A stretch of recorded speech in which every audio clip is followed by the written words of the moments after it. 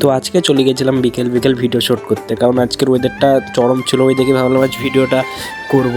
তো বাইরে বেরিয়ে দেখছি, তো রাস্তাতে দেখছি বৃষ্টি শুরু হয়ে গেলো। তো কী করবো, বাঙালি বুঝতেই পারছো, বৃষ্টি হোক আর যাই হোক ভিডিও করবো মনে গেলে ভিডিও করবই। বেরিয়ে গেলাম আমরা সব বন্ধু মিলে। লোকেশনে আসার পর দেখছি বৃষ্টি এখানে কোনো থামার নামই নাই।